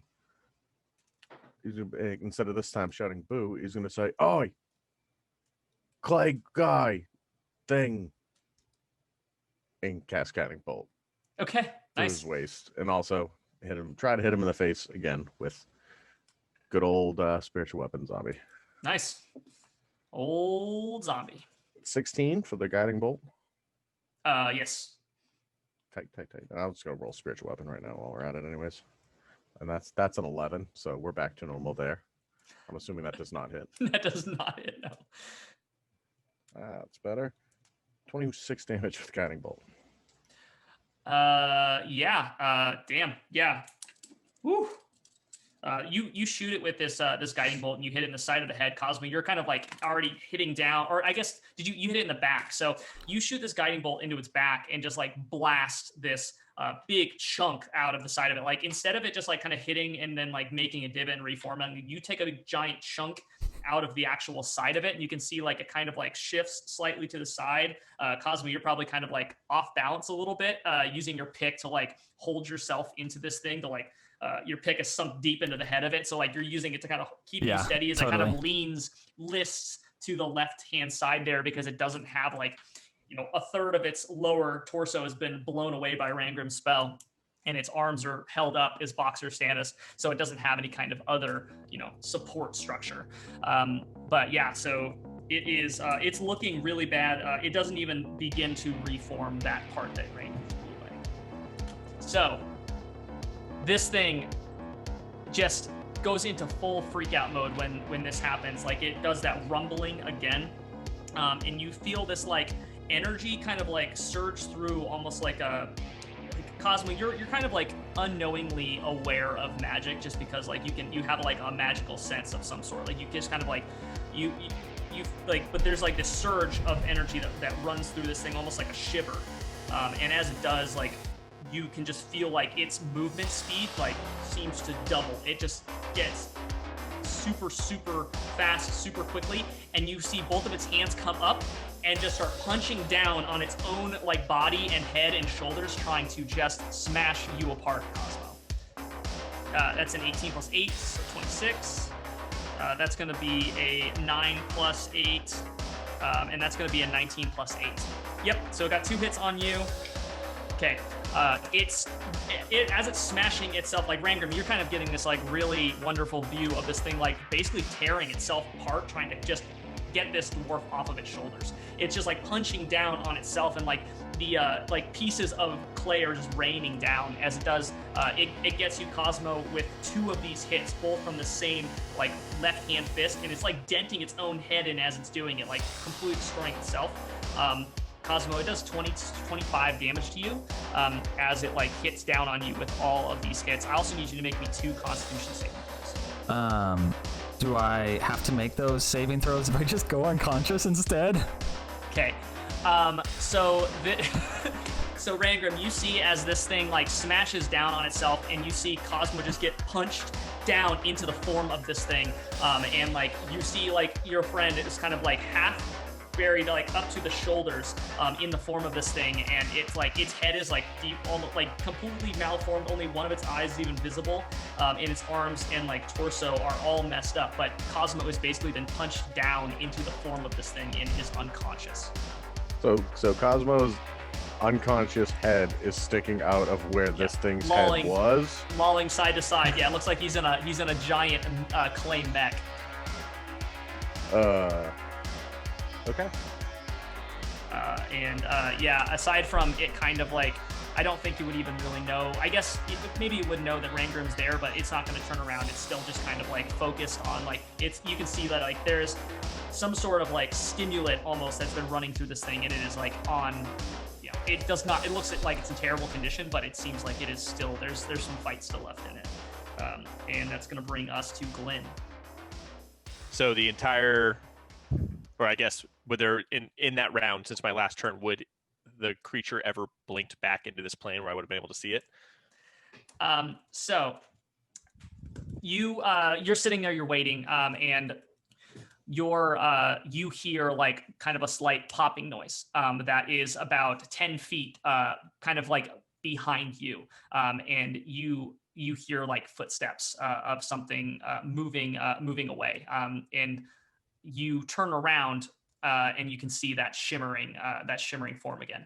So that would that have activated my held action? So I held Yes. the attack for when it came back into the plane. Okay. Yeah, for sure. So I'm going to do that before I take my turn. Yes. Okay. Boop. Ooh, not good. 7 plus 15 to hit. That does not hit. Okay. You shoot. You kind of like turn around and let this thing go, and you kind of misjudge because the heat haze is kind of like hard to like see, and you kind of like you maybe just goes like a foot to the right or something. Okay, and like it was too close, and I just like panic shot. Yeah, Glynn's going to, on this turn, seeing where the haze was most recently. Yeah, no, he's got to stay after him. He's going to kind of try to track the blood trail and take another swipe where he think he would be before he kind of blinks out of this plane. Okay. Yeah. I'll say that you can. Roll your attack. Yeah, if it's within 10 feet, or if I guess within like the range of movement, he would have closed that distance and struck. So it'd be with the double bladed instead of the bow. I'll say you're able to close that distance, and like kind of you feel like you're running right up against that buzzer of when they could potentially blink again. But I'll say you can get an attack action off on them. Okay. 14 plus 9, 23 to hit. That does hit, yeah. It's going to be 13 damage on the first hit. And then as my bonus action, I'm going to use the Revenant Blade's special skill, I guess, which is just a second attack. I think it automatically hits. Sorry. It's a nice blade. It's like it's double-sided. Where the hell is the rule for it? Yeah, okay, so I do have to take another strike. But on that one, sorry, I do want to say it now, I'm hitting him with Booming Blade. So if it moves on its next move, it takes extra damage. Okay. Then you roll a d8 for the damage from Booming Blade. So 1, so 14 damage. And then the second hit is a 19. Sorry, the bonus action to swing on the other side is a 19. Does that hit? Yes, that does hit. Oh, wow. Okay, and then that's just 1d4 instead of 2d4, which is a 1, so another 7 damage. 13 plus, 14 plus 7, so 21 damage total. But if it moves... Right. So, okay, yes, so that absolutely happens. So I need you to make your dexterity saving throw real quick. A dirty 20? Yes, that does it. So Oh! you're gonna take half damage from this. Aight. Yeah, so that's just 7 damage. Wait, so what when happened? you are subject to an effect that lets you take a dex savings throw, you take only half damage, so you take no damage, because I use my evasion feat. It just Yeah, you kind of like you you hula out of the way of this fire that comes back, and then broke the DM on that one. you see this figure.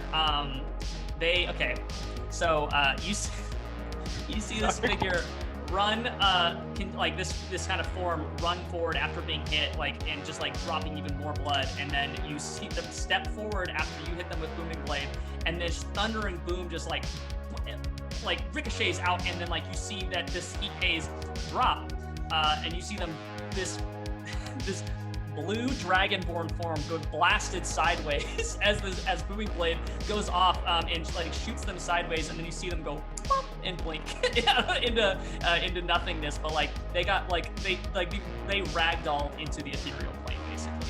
Damn. Okay. Nope, I took my bonus action. Yep, that's the end of my turn. Can you roll that Booming Blade damage? Oh yeah, sorry. That's 2d8. 7 damage there. Awesome. Yeah, luckily blink is not a concentration spell. What about invisibility? Well, yeah, that's dropped. Oh yeah, you can see him. Got it. Good. Yeah. Anyway, yeah, that it's. I think shiz pretty buff for that dragonborn. Anyway, Cosmo, roll me a death saving throw. Oh, sure. Yeah. What does a 16 do? It's your success. Okay. Yay! You didn't get closer to death. Rangrim, what are you doing? Rangrim, seeing that dude punch himself and Cosmo into his own body, says, "It's not nice. Pick on someone your own size," and is gonna cast enlarge on himself. Reach out into his body and pull Cosmo from it. And if I don't know how you want to rule it as an action or a free action, but basically a medicine check to try and stabilize him. Awesome. Yeah, roll me a medicine check. 19. Yeah, absolutely. So you just kind of excuse me, and kind of scoop him out, kind of reach into this thing's head, and kind of scooping out a bunch of clay along with it. You're are able to pull Cosmo out of it. Just who's kind of flopping in your hand. How do you stabilize him? Not very gently. I'm shaking him Cosmo. Shaking him like a hamster. It's you ever have to give CPR to a small animal? Once, actually. You shake them quite a lot, actually. Yeah, it's a combination of that and then not very nicely shaking him. Cosmo's neck breaks and he's now dead. Insert Jasmo. Jasmo enters. Hey guys, I'm Jasmo. No. Cosmo, Cosmo, how do you wake up in Rangrim's hand? Screaming, probably. It's I liken it to a medieval version of a defibrillator, where it's just I get shook. So yes, that is what happens. I don't know. So as you pull Cosmo out of this creature, it kind of turns around and like it's like malformed head and kind of like destroyed torso like turn towards you, and it just like lifts up its arms as if it's going to attack, and then it just kind of like starts falling apart and as it like and just kind of like collapses, and its arms falling to the ground just kind of like around you and lands like around you, Rangrim. The clay starts seeping back into the ground as it basically seems to break apart and turn back into clay. Well, I don't know how it happened, but somehow me pulling you out of it killed it. That works. It's dead, yeah? Yep, and I'd set Cosmo down and like dust him off a little bit. It died? Yeah, it basically just, gave up the ghost and collapsed with that, as you kind of pulled Cosmo out of it. And this Baldor comes walking over, kind of like pulling himself out from behind the tree, being, is it dead? Is it safe to come out? No, Cosmo's fine. He's fine. Who's Cosmo? Oh, that's right. You introduced yourself. Of course, I remember. Very important. Thank you for your lovely valor and heroics and all that. Am I like awake? I'm awake, right? I'm up? Mm-hmm. Okay, all right. I was like, I don't know if I can say I would definitely anything. burn at least one second level cure wounds to get you not like, just on the verge. It's like you still feel like crap, but you do, you get, oh, that was bad. That's wicked bad. So 2d8 plus 4, you got 7 HP back. Hey, great. I have a total of 8. That's so nice. Right, well, he's like dusting off the sand and muck.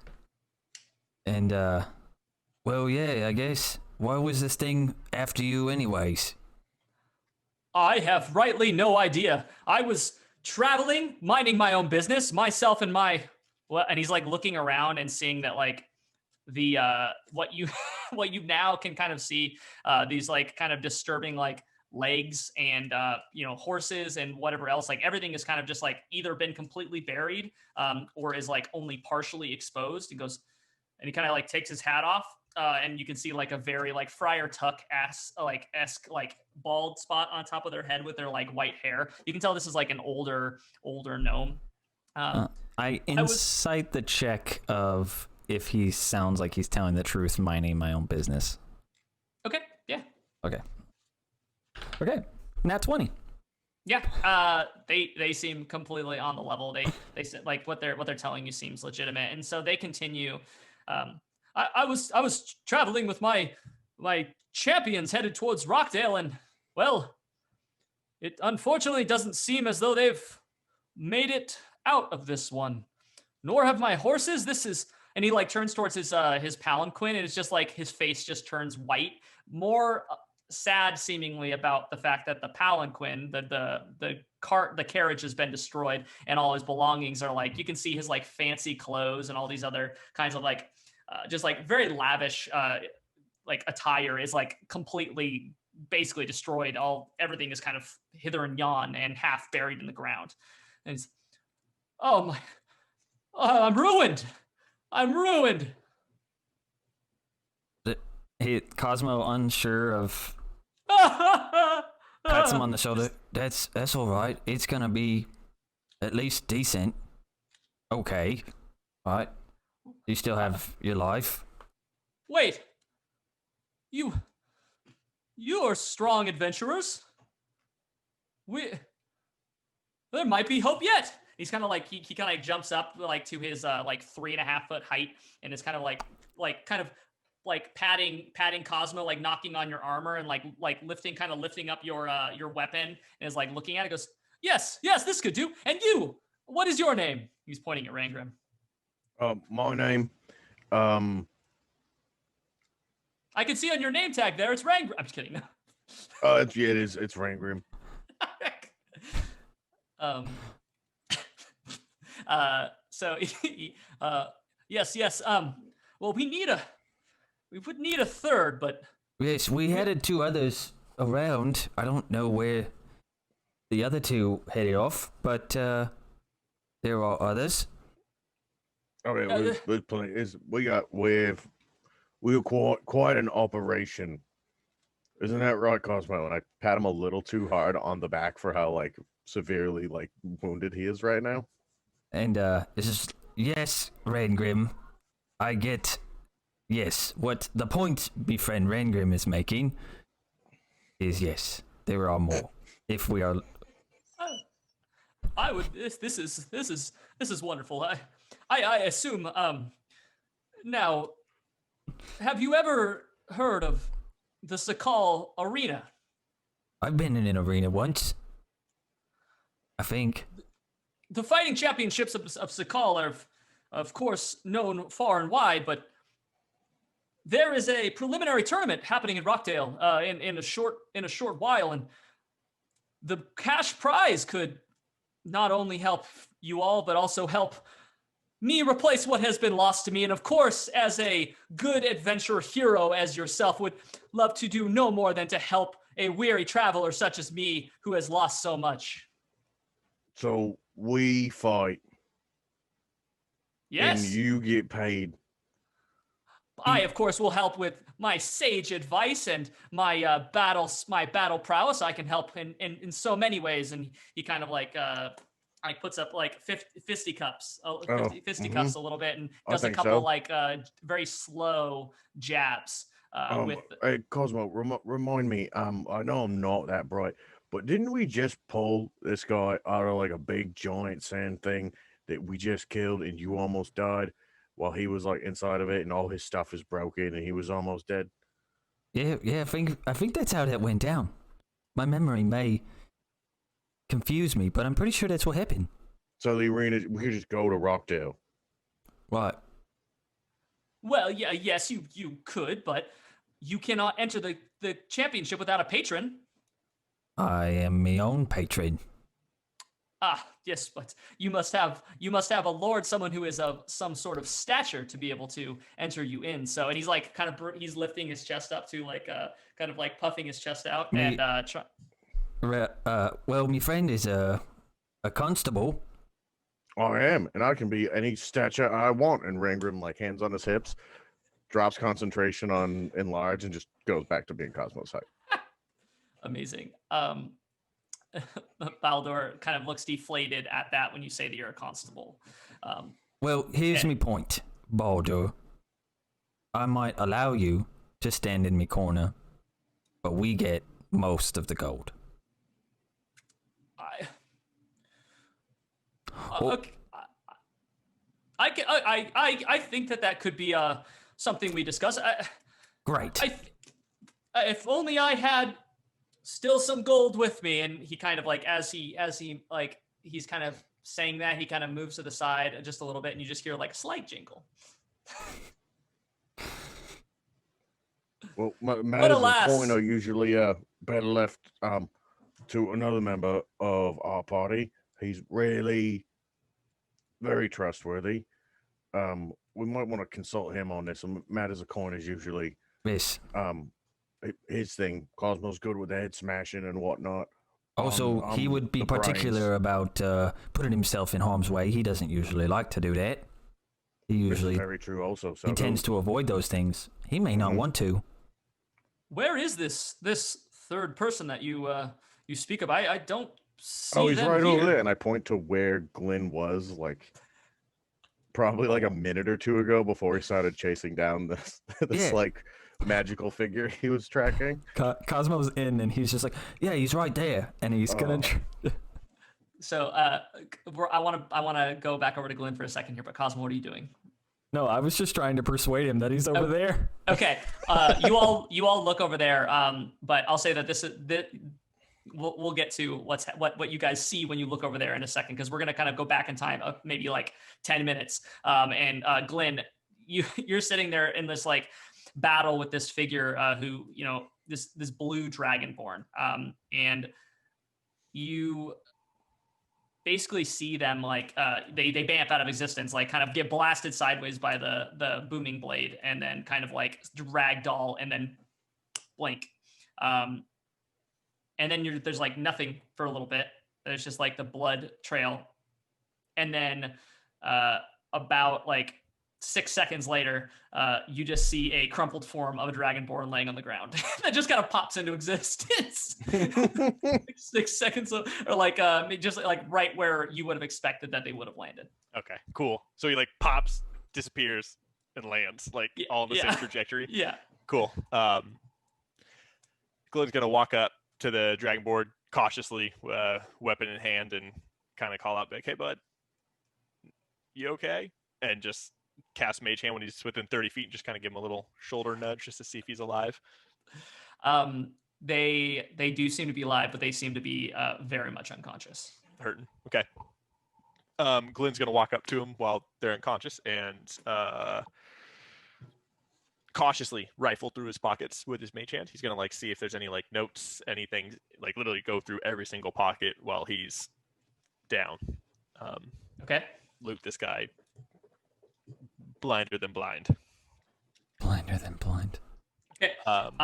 You find just like a bunch of kind of like spell casting components, and roll me an Arcana check. 14 total. Okay. So I'll say that you pull probably like a good like 150 gold pieces worth of like spell casting components off of this figure, and that could be anything. But when what you're kind of pulling off, what you're pulling away from them, is you're realizing is like you said it was a 14. Sorry. Yes, 14. Okay. You get the feeling that this is like kind of like warlock-esque stuff. Like the kind of like tone of this is much more like there's a lot more like demonic tone to kind of what's going on here. Okay. And then from that, I guess among all that, do I see any type of like correspondence, or they don't have any? It just seems like they kind of like ended up where they were and were casting spells. There's no like correspondence or bounty. No. So there doesn't seem to be anything like that. Okay. The one thing that you do notice is that like this blue dragonborn, they're like the only thing like it's kind of strange. Like the only thing that they're really wearing is this robe that's like this intricate like red, like a red velvet with this like very, very intricately wrought gold threading through the entire thing. It's not something that you've seen before. It's similar in color to what the Empire wears, but this is like very seems like very specifically designed. And then there's like a 2 letters on the front that's like an RS that is like very like elegantly scrolled into the front of there.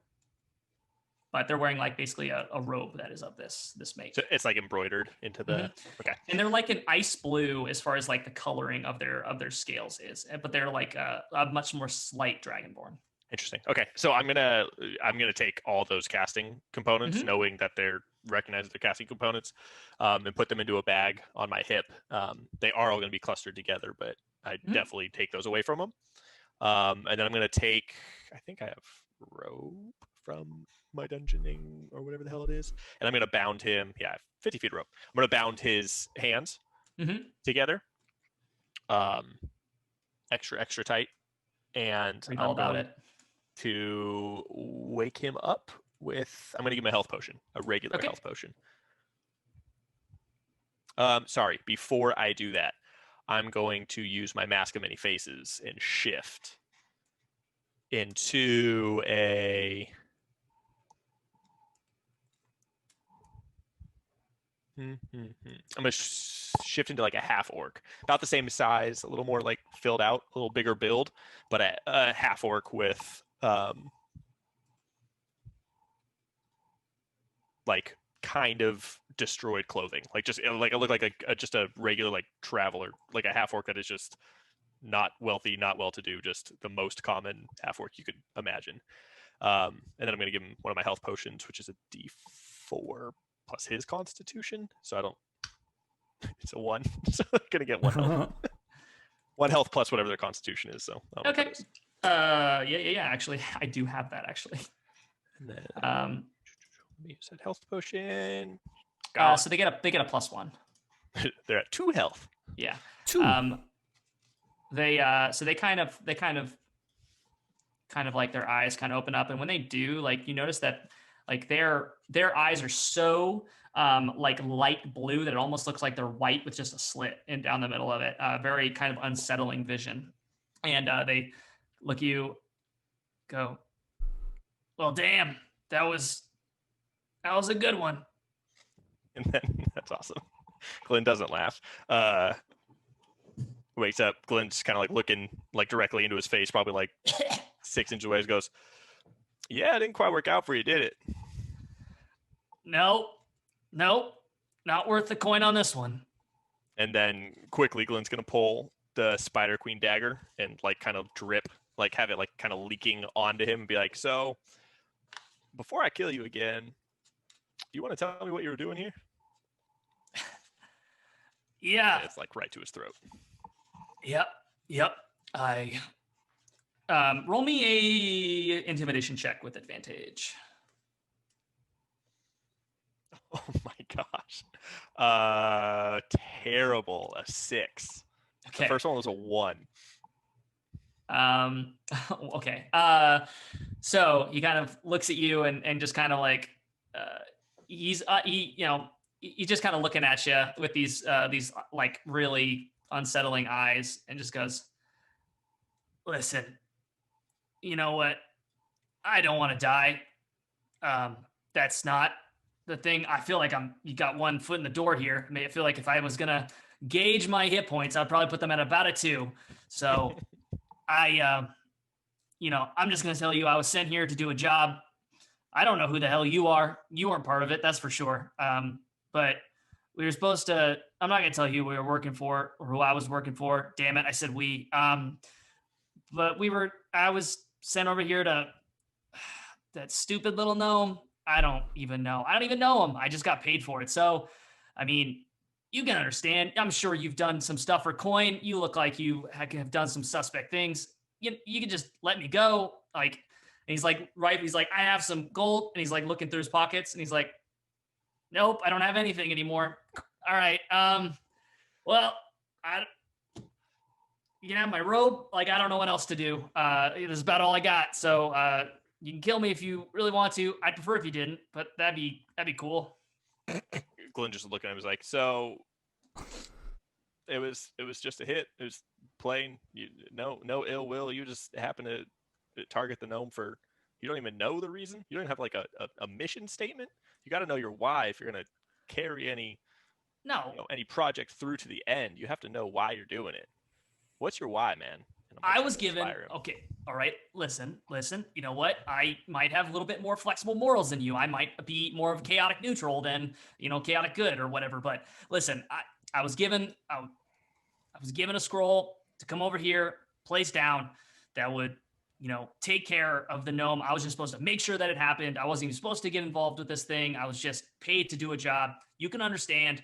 But at this point, it's a moot point. And he's like coughing up blood. He's like, 'cause I think I'm about to beef it.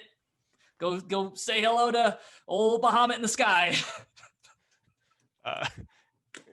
Glenn's like, we all know Bahamut died years ago, so you're not going to see him in the sky either. But hey, you don't tell me what my beliefs are. I'll tell you what I want to. And I just kind of like twirl the knife, and he goes, so quickly before you reach the cold nothing. Are you coming from? Sorry, what's the town called? Rockdale. You're coming from Rockdale, or you come from farther parts? I come from farther places. I come from all over the place, traveled around a bunch. I don't know why I'm telling you all this. This is not important. But Well, I'm not trying to make you too uncomfortable because I mean. Oh yeah, no, for sure, definitely these giant slices through my dragon body is definitely not making me uncomfortable at all. I totally understand. No, I roll me another persuasion. Roll me a persuasion check because you're Persuasion check. Yeah. Trying to be less scary with it. Yeah. Fucking still awful. 7.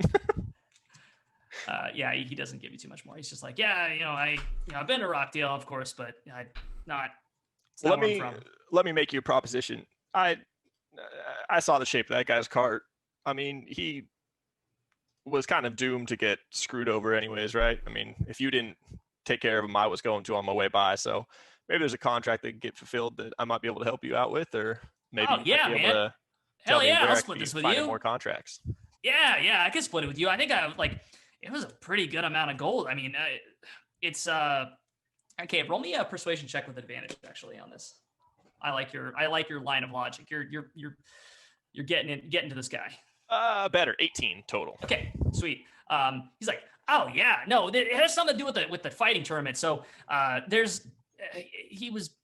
someone didn't like the cut of the jib with what was the champions he was going to bring. So the whole point was getting rid of those. And damn, you want to go take that guy out? I'll gladly help you collect on it. Yeah, no, I think that's a good idea. I mean, I can meet you back in Rockdale. I can take care of this, so it doesn't even look like you were involved. I mean, you can go ahead and say that you hired a team to take care of it, and really micromanagement is not really your skill set. I can tell. You just go ahead and. No, I've been trying. I always take things onto myself too much. I really need to delegate more, to be honest. It's something I really struggle with. Hey man, sorry, Glynn, and I like hold out a hand to like shake his hand, and he's very much bound. Sorry, you understand. What's your name? My name's Orc. Orc? O-O-R-K.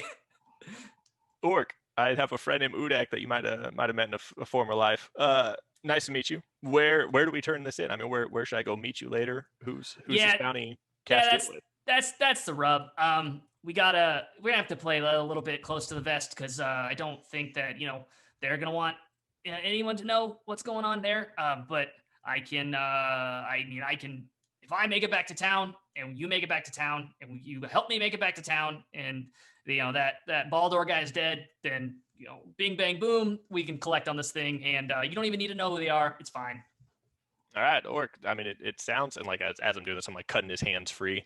Like it's cutting his hands off. Yeah. Oh, no. It sounds like we've come to an agreement. Meet you back in Rockdale. Consider Baldur taken care of. We might make it a little more public. We like to spice things up, me and my group. So we'll see you back in Rockdale. Yeah. Down. Yeah. Sounds great. Hey, this is a good day. I started off this thing. I thought you were gonna kill me, and then now he's kind of like getting ready to kind of start walking away. He's kind of like holding his side where you sliced into him pretty good, and he's like, all right, well, it's gonna be a long walk. Okay, I'll see you back in Rockdale. I appreciate your honesty and trust. And he's just kind of like, ow, and he's starting to walk back towards. Nice. Good luck, Orc. It's pretty far. And Glynn starts walking back, still in Orc form. It just leaves him. You just hear his like kind of every step, ow, getting further into the distance. Imagine at 2 health points, the wolves are going to take care of him. No, he has no spell components. He's not going to have a good time. He's not going to have a super good time.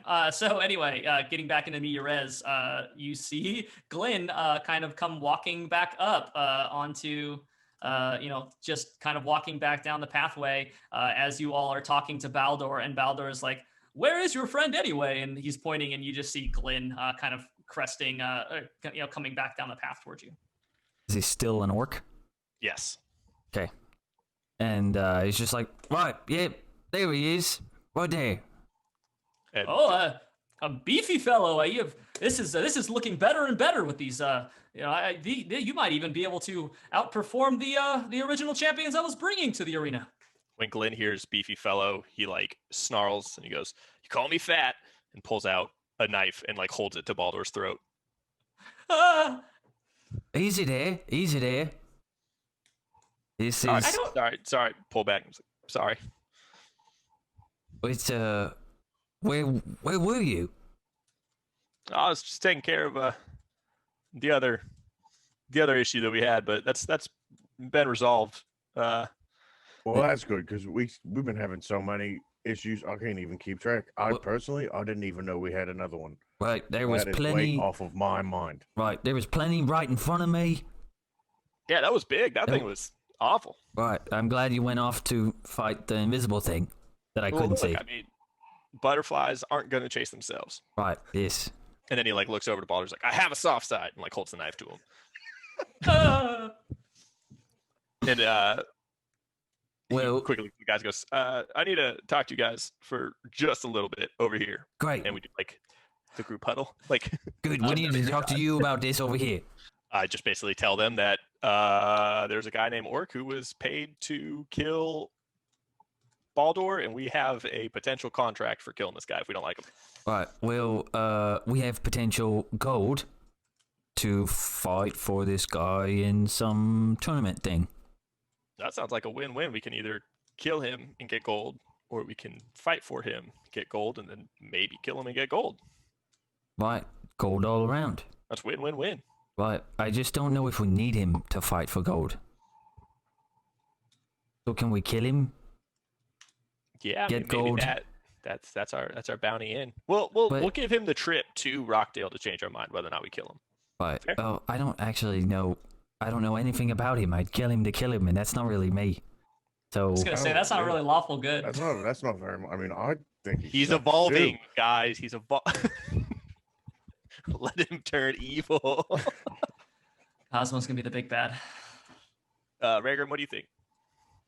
Well, I don't necessarily think that we shouldn't make any quick decisions. Like, I think he sucks too, but I mean, with the thing you said and like the thing he said, somebody maybe- wants them dead. maybe- We're just bystanders.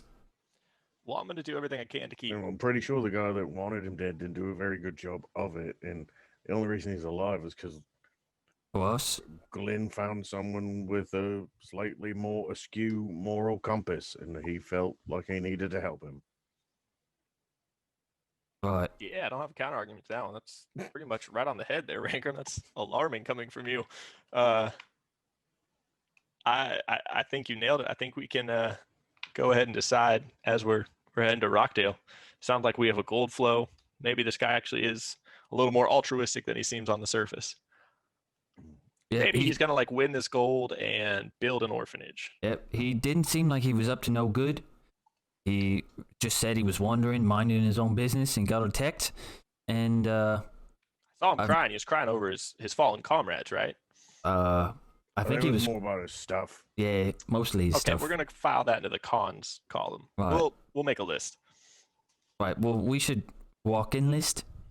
Smart. I'm going to just sit in the back. I'm going to try to keep this form up as long as I can. I was gonna say you're still an orc. Yeah, it feels weird being green, but I kind of like it. And he just like he's trying to do the flaily sleeves, but they're not there anymore. He's just ripped. He's like, I feel weird. Right. It's not Yeah. easy being I don't green. think I should be traveling as myself right now too, because when I was talking to Zephyr, he said that one of those bounties were for me. So as long as I'm under the radar, it's probably better for the group. Well, then there's still one left, but nevertheless, we probably shouldn't tell anybody that. Okay, fake names. What are we going with? He points to Cosmo. What's your fake name? Got to be something totally different. Dale. Solid. Looks at Rangrim. Rangrim, fake name, totally different. Writing Nope. this down. Think Rock. Mystique. Rob? Rock. Rock. Yep. That's probably different than Rangrim, technically. I'm going by Bob. Rangrim, No one the ever Rock suspects a Dwarfson. Bob. Right. Well, currently this other guy thinks there's also 4 of us on accident. I don't even understand how that could have happened, but I'm okay with it. Right. So somehow there's 4 of us, and he's just always watching. How about Where that? is your other friend, by the way? You said there was 4 of you. We'll get to it. He's so annoying, right? What? So Jeez. needy. Glenn just snarls at him. All right, into the cart. Let's go. And then Glenn's gonna like climb into the back where the forge is and like very much out of the way and immediately kind of cover himself head to toe so he doesn't need to keep the spell up for the travel, but like Nice. trying to be out of sight, out of mind. You see Baldor kind of walk over and like pull, like try to pick up like a few articles of clothing that aren't completely like sucked into the ground or like destroyed, and like kind of like drapes them over his arms, like dusting them off as he's walking over. Maybe he gets like 3 articles of clothing and kind of walks over to the cart and is like pulling him like walks over to the edge of it, and like Kazmo and Rangrim, you're kind of loaded up on the front of it, and he just kind of like puts his arm out to you as if to like you're gonna help him lift him into the cart. Oh, he's gonna die. He's so screwed. Oh, Oh, he coughed at you. Rangram just kind of pulls him up and like it's not gently. He's just like, Ah! why am I the one doing the nice things now? As he like mutters to himself as he gets the cart going. As we go by the cart, can I kind of peek out the back? And I'm looking for any like emblemage or specific symbols that was on his cart. Mm-hmm. Yeah, you you go by it, and right on the back of it, like a ship would have, and like really emblazoned lettering, like actual like embossed lettering. It says Baldor the Bountiful. Oh God! What the tackiest nobleman? Glynn's gonna steal from him badly. Yeah, It's not gonna go well. But yeah, you leave this extremely strange scene where there's like literally a horse upside down, like horse's legs like sticking out of the ground. Like there's just like this a very odd scene and very like kind of unritualistic of this, you know, to just leave all these like dead bodies and stuff like half buried in the ground and whatnot. But in this like basically broken in half ship-esque carriage that is half sunk in the ground, as well as you all kind of head away, continuing south, kind of west towards the mountains. Like you're getting close to the Spina Peaks, which is kind of like the spine that runs along the left-hand side of Sakal, kind of separating you from being able to see the ocean, which is right there. The coast is right there on the other side of the Spina Peaks. And so as you're kind of heading down and you're being kind of like just going along this pathway towards Rockdale, you're sitting there, and from time to time, Baldor will kind of engage in some sort of conversation, which always ends up talking about himself and his own, the things he's accomplished in his adventuring that he's done over the years, and all these like. Are any of them good? Like, did he save like an orphanage that was on fire, or like did he help any kittens, or was it like I helped cripple all the mom and pop shops in my small town with my. So, do you Amazon. ask him any of this, or do you let him talk? As he's talking, Rangrim casts silence on his own head. I think that would encompass the entire cart, wouldn't it? Oh yeah, yes it would, but that's what he wants to do. Okay, I'll say that. Yeah, I think that's great. I think you should do that. Glynn is not asking this. This is I'm just trying to interpret that. Like, listen to the stories. Definitely not asking a question. He's trying to be literally out of sight, out of mind. You get the feeling that he was saying anything that will make him sound good. So like sometimes it'll be that he saved a bunch of puppies or whatever, but it always ends up with him. It's never like telling stories about like someone else who's done something. It's always been like him very much single-handedly saving the day, Baldor the Bountiful, and in his unending patronage and accomplishments.